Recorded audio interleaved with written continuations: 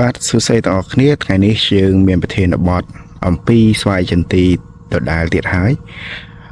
ប៉ុន្តែថ្ងៃនេះប្រធានបទរបស់យើងគឺចង់និយាយថាតើតែងមេឃចន្ទីបែបម៉េចទៅឲ្យចន្ទីរបស់យើងហ្នឹងវាបានជាមុខរបួសដែលយើងកាត់ហ្នឹងវាលឿនអញ្ចឹងនៅក្នុងចំការរបស់ខ្ញុំតែងតែធ្វើវាជាប្រចាំគឺចន្ទីរបស់ខ្ញុំនេះបងប្អូនទស្សនាមើលខ្ញុំពេលដែលខ្ញុំតែងមេឃគឺខ្ញុំកាត់ធ្វើម៉េចឲ្យចិត្តដល់គល់ហេតុអីបានយើងត្រូវចិត្តដល់គល់ដោយបងប្អូនបានឃើញអញ្ចឹងនៅពេលណាដែលយើងកាត់វាចិត្តដល់គល់សាច់វានឹងវាដោះមកចិត្តស្នាមដែលយើងកាត់ហ្នឹងវាលឿនអញ្ចឹងចន្ទីនេះខ្ញុំតែងមេឃនៅក្នុងខែ6ឥឡូវមកដល់ខែ11ពាក់កណ្ដាលខែ11គឺចន្ទីរបស់ខ្ញុំបានដោះមេឃចិត្តដោះសាច់ចិត្តវិញហ៎បងប្អូនឃើញទេអញ្ចឹងរបៀបតែងដើមនៅពេលណាដែលយើងកាត់យើងកុំកាត់នៅខាងត្រឹមនេះពីព្រោះអី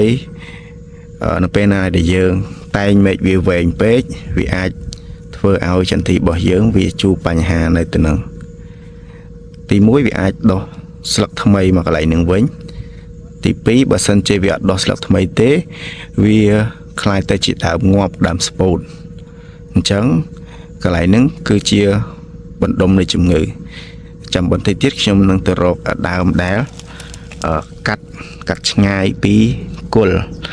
បើខ្ញុំជាទូទៅគឺខ្ញុំកាត់នៅកលឹងគល់នេះខ្ញុំកាត់ហ្នឹងបន្ទាប់មកវាងាយនឹងដោះចេញមកចេះវិញបងប្អូនឃើញទេចន្ទីរបស់ខ្ញុំកាត់រយៈពេលប្រហែលខែប៉ុន្តែវាដោះចិត្តវិញហើយ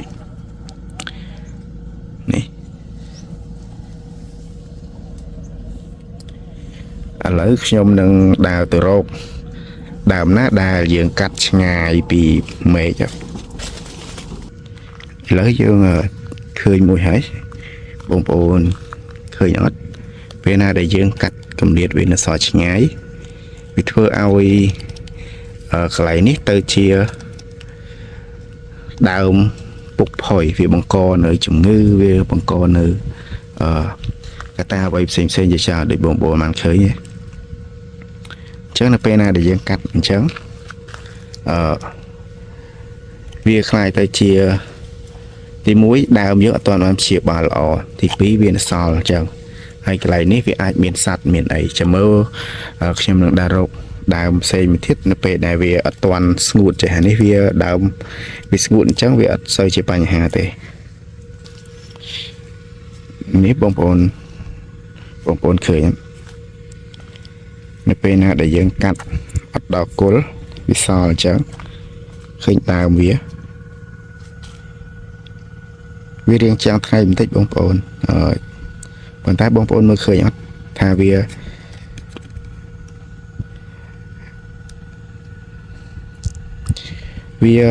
អត់ទាន់បានព្យាបាលទេដើមយើងមើលសភាពទៅវានៅក្មេងកម្មៅអត់ស្អាតហើយអាហ្នឹងនៅពេលដែលនេះវាមានសត្វមានអីនៅក្នុងនឹងពេលខ្លះអាចមានផ្សិតមានអីនៅក្នុងនឹងទៀតចាំមើលខ្ញុំនឹងទៅរកដើមណាដែលថតច្បាស់បន្តិចព្រោះអី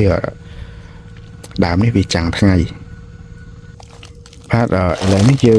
យកដើមនេះដើម្បីតវីដេអូរបស់យើង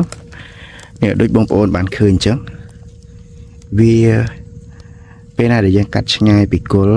វាអត់ងាយព្យាបាលបានចិត្តទេបងប្អូនឃើញទេមួយទៀតវាមានបញ្ហាសត្វវាមានបញ្ហាអីវានៅក្នុងនឹងហើយមួយវិញទៀតវាដោះមេឃបងប្អូនឃើញមេឃតូចហ្នឹងទេមេឃតូចហ្នឹងវាដោះមកវាស៊ីជីពីដើមយើងអត់ប្រយោជន៍ទេអញ្ចឹងហ្នឹងជាបញ្ហាដែលយើងត្រូវពិចារណាដែរយើងកាត់យ៉ាងម៉េចឲ្យគៀកនឹងដើមដូចអញ្ចេះទៅដើម្បីវាងាយនឹងក្នុងការដោះសបក ចិត្តវិញបើយើងកាត់បែបនេះអត់ងាយដុសចិត្តទេវាវែងដូចប្រភេទនេះអីបងប្អូនមើលទៅឃើញវាវែងទេមានន័យថាពីនេះទៅនោះវាវែងចឹងបងប្អូនមើលស្ថានភាពវាគឺវាអញ្ចឹងវាស្ងួតវាមានសัตว์វាមានអីនៅហ្នឹងអញ្ចឹងទៅបន្ទាប់មកវាដោះមែកតូចជាច្រើនមែកស្ទើរតែជាមែកអត់ប្រយោជន៍វាស៊ីជីធ្វើឲ្យខាតជីដើម្បីទៅចិញ្ចឹមដើមធំរបស់យើងអញ្ចឹងអាហ្នឹងបើសិនជាខ្ញុំវិញខ្ញុំត្រូវកាត់អត់កាត់នៅចុងខាងនោះទេតែអញ្ចឹងខ្ញុំអត់ត្រូវកាត់នៅចុងខាងនោះទេខ្ញុំត្រូវកាត់នៅគល់ខាងនេះកាត់វាអញ្ចេះទៅវាងាយនឹងដោះសបកចិត្តសាច់បន្ទាប់មកយើងសល់មួយមែកធំចេះអញ្ចឹងយើងទុកតែមួយមែកធំឡើងទៅលើទៅនៅពេលណាដែលយើងកាត់អញ្ចឹងទី1បញ្ហាជំងឺទី2វា CG អត់ប្រយោជន៍ទៅដល់មែកតូចនោះ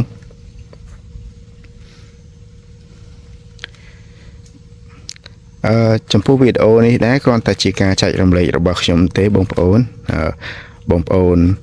មានមតិយោបល់ឬក៏ខ្ញុំនិយាយទៅខុសឆ្គងអីសូមបងប្អូនអភ័យទោសផងហើយមួយទៀតខ្ញុំចង់ឲ្យបងប្អូនទាំងអស់គ្នាមានចំណេះដឹងថ្មីចំណេះដឹងល្អតាក់ទងជាមួយនឹងបច្ចេកទេសពាក់ព័ន្ធជាមួយនឹងដំណាំគ្រប់ដំណាំបងប្អូនអាច comment បងប្អូនអាចណែនាំមកដល់ channel របស់ខ្ញុំបានហើយក៏អរគុណសម្រាប់ការទស្សនាវីដេអូនេះរៀងវែងបន្តិចប៉ុន្តែខ្ញុំចង់ចែករំលែកដល់បងប្អូនទាំងអស់គ្នាដើម្បីយើងអភិវឌ្ឍចំណេះដឹងបងប្អូនប្រជាពលរដ្ឋខ្មែរយើងទាំងអស់គ្នា